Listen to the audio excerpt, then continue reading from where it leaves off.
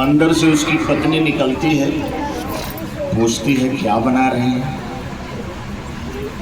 तो उस बर्तन बनाने वाले कुम्हार ने कहा चिलम बना रहा हूँ। क्या बना रहा हूँ? चिलम जानते हैं? लगे दम मीठे दम हार हार। कहा फैशन है खूब बिकेगी। कुम्हार ने कहा चिलम बना रहा हूँ, फैशन है खूब बिकेगी। पत्नी ने कहा अरे पगले, गर्मी का महीना आ रहा है, सुराही क्यों नहीं बनाता? वो भी खूब बिकेगी। तो जो कुम्हार चिलम बना रहा था ना, फिर से मिट्टी गोतना शुरू कर दिया। मिट्टी ने कहा अरे कुम्हार ये क्या कर रहा है? कुम्हार ने कहा विचार बदल गए। क्या कहा? विचार बदल गए। मिट्टी ने कहा अरे कुम्हार तेरे तो विचार बदले, मेरी जिंदगी बदल गई। तेरे तो विचार बदले, मेरी जिंदगी बदल गई। चिलम बनती मैं भी जलती, दूसरों को भी जलाती। अब सुराही बनूंगी, मैं भी ठंडी रहूंगी, जो पानी पिएगा वो भी।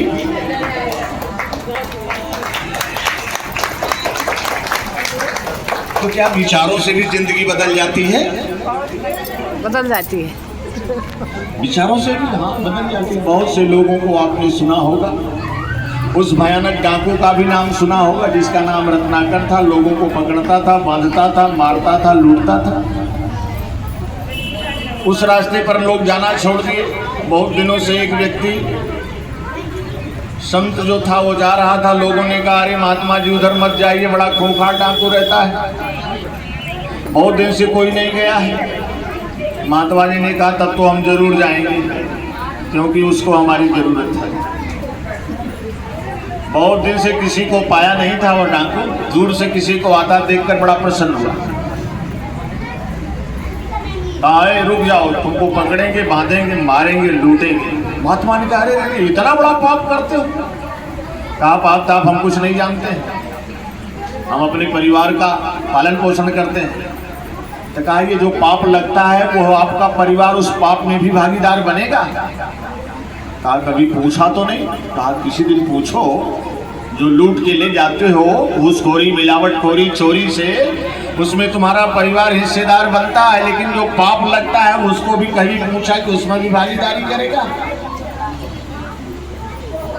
कुछ देर सोचने लगे। महात्मा जी को बांध दिया पेड़ में। गया दरवाजे पर पिताजी बैठे थे। कहा पिताजी हाँ बेटा आ गया, क्या लाया है?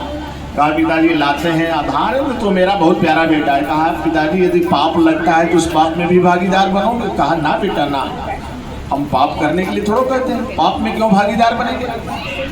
माँ से पूछा, माँ भी नकार गई। अंदर गया, पत्नी से पूछा। पत्नी ने कहा भाई देखो,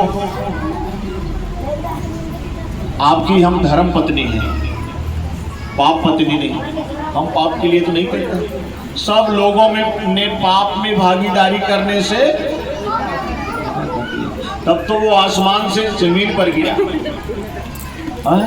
और कहा रे राम हो राम, इतनी भयानक स्थितियों से मैं मार काट करके निकाल के खिलाता पिलाता रहा। आज पाप में भागीदारी करने के लिए कहा, सारा परिवार मना कर गया। लौट के आया, महात्मा के चरणों पर गिर पड़ा। कहा अरे प्रभु, इतने बड़े पाप से हमारा कल्याण कैसे होगा? कहा बेटा राम राम कहो। क्या कहा? राम राम कहो। कहा अरे प्रभु, हम तो जिंदगी भर लोगों को मारा ही है, ये तो हमसे होगा नहीं। कहा मरे मरा कहो। कितनी देर समझाया था महात्मा ने उनको? क्षण भर में कि पाप में भागीदार कौन बनेगा। और फिर उल्टा नाम जपत जग जाना, वाल्मीकि भय ब्रह्म समाना। क्षण भर का दिया हुआ विचार वाल्मीकि को इतना महान, रत्नाकर को इतना महान संत बना दिया। कहते हैं प्रभु राम को भी अपनी मैया, अपनी पत्नी सीता को जब जंगल में भेजना हुआ तो उन्हीं के आश्रम में आश्रय मिला। वहीं लव कुश जैसी संतान जन्म लिया और वाल्मीकि ने उनका इतना सुंदर पालन पोषण, शिक्षा दीक्षा दिया कि भगवान राम के लंका की जितनी सेना थी सबको बांध के मार के रख दिया। ये क्या है? विचार। गुरुदेव ने कहा बदला जाए दृष्टिकोण तो अरे इंसान बदल सकता है, दृष्टिकोण के परिवर्तन से अरे जहान बदल सकता है। नजरें तेरी बदली तो नजारे बदल गए, कश्ती ने मोड़ा रुख तो किनारे बदल गए।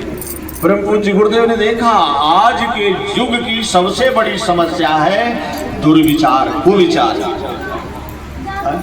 इसलिए उन्होंने एक संकल्प लिख दिया, अपने मन को कुविचारों से बचाए रखने के लिए नित्य स्वाध्याय और सत्संग की व्यवस्था रखेंगे। ये कुविचार इतने चुपके से आते हैं ये आदमी समझ नहीं पाता है, और जब कुविचार आ जाते हैं तो अपना सगा भाई भी लगता है पाकिस्तान का दुश्मन है, सर काटने में जरा सा भी संकोच नहीं होता। अपनी बहन बेटियों को गलत निगाह से देखने में कुविचार ही तो है। इस युग का ऋषि मतलब युग की समस्याओं पर जो रिसर्च करके लोगों को उसका उपाय बता दे, ऐसे युग ऋषि परम पूज्य गुरुदेव ने इसका चिंतन किया और कहा विचार क्रांति चलाएंगे।